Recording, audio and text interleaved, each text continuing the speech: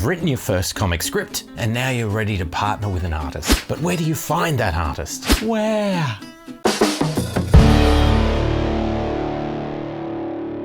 As a comic creator, you're more than just a writer. You're also a business owner, a creative director, an accountant, and more.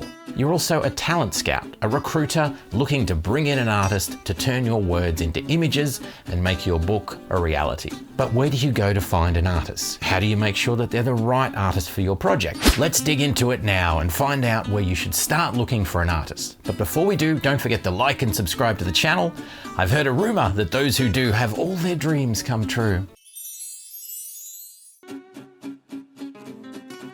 If you know someone in the industry and they can suggest a reliable artist to work with, that's always a great place to start. That gives you a chance to ask some questions and find out about the artist from someone who has first-hand experience. Just remember that there are a lot of creators out there looking for artists, and you don't want to go poaching an artist from a friend or someone else in the industry. Be polite and upfront in what you're looking for, and make sure that when you're talking to the artist, you're clear that they're actually going to be available to do your work without shortchanging another creator. Get involved with the local comic scene and meet some artists. Most comic creators are only too happy to talk about their craft and put you in touch with others in the industry. Talking to people this way, you might find a local artist who's ready to work on a new project, and they might be a good fit for your book. You may have recently read a couple of great indie comics with some amazing artwork. Why not get in touch with the artist who worked on those books directly? Ask them if they're available to work on your own project, and you might get lucky. Again though, be clear with expectations and make sure your artist has the necessary time to work on your project without negatively impacting on someone else's project or even their own work. It's also a great idea to contact the writer of the book as well. Ask them about the artist before talking to the artist directly, check on how reliable the artist was to work with, how long it typically takes them to get an interior page completed, and so on. The benefit with this approach is you already know what the artist's work looks like because you've seen it and read it in the book. The same approach can work with artwork you find on social media. Track down artists you really like and ask them directly whether they're available to work on your project. This is a good approach because you'll be able to see a lot of their work before you talk to them, and you'll have a good idea of what they're capable of and whether they're a good fit for your project. There are a bunch of online services these days where you can post jobs and get in touch with indie artists from all over the world. Sites like Fiverr, Upwork, and so on will allow you to search for an artist directly, post a description of your job, and audition artists to find the right one. The benefit of sites like these is that they have certain safeguards built into their workflow. They all have some sort of contract set up between you and the artist. They allow a mechanism for delivering files, chatting with your artist, and there's even a way of dealing with disputes if you and your artist disagree on something or have to end the relationship. Another benefit of these sites is that they allow you to reach out to a large group of indie artists without actually leaving your own home. They also allow you to audition the artist, check out their work, and even chat with them before making a contract and proceeding with the work. On the negative side, sometimes what you see on these sites isn't exactly what you're going to get.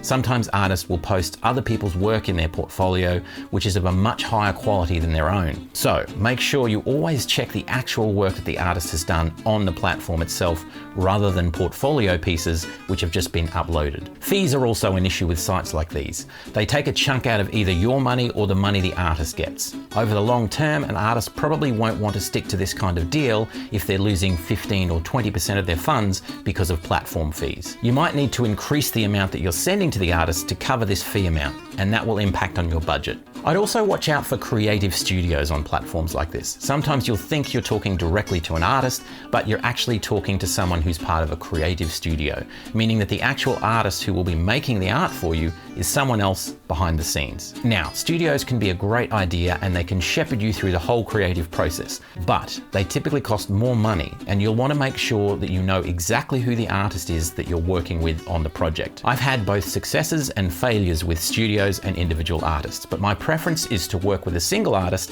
because it's just simpler and you know what you're going to get. Another point with these platforms is that a large number of the artists you come in contact with will be from non-English speaking countries. That means that you'll have to work a little harder when it comes to communicating effectively with your artists, and there may be times when you think your message has gotten through, but it really hasn't. There are also other realities with overseas countries to be aware of, such as tax implications for the artist, the political stability of the country, and the like. All of this is to say that there are some additional risks involved with working with an overseas artist, but typically these artists tend to be cheaper than local artists, so there are some benefits as well. You'll just need to weigh up all of the pros and cons as part of the selection process.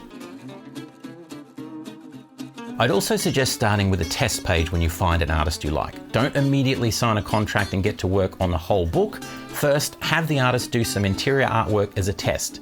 Maybe the first few pages of your book, for example. That way you'll be outlaying only a small amount of money, and if it turns out the quality of the artwork just isn't up to scratch, or the artist seems unreliable and delivers the artwork too late, you can end the relationship there without having spent a huge amount of money. Think of it like paying for a pest inspection in a house you're looking to buy. Yes, it costs money, but that money could save you from a lot of future trouble. And if things go well, it will give you some confidence in what lies ahead. Either way, it's a wise precaution, and if the artist turns out to be great, you've already started building out your book, so you haven't lost any time. The sad fact is, I've got dozens of test pages sitting in my files which never went beyond this audition stage. In some cases, the artwork just wasn't what I'd hoped. In others, I just didn't feel comfortable continuing with the artist because of their work ethic or lack of transparency. Either way, there's probably a few $1,000s worth of art sitting there, but none of that money was wasted because it allowed me to save a lot of heartache and even more money throughout the process of building out comics. Not to mention wasted time and effort.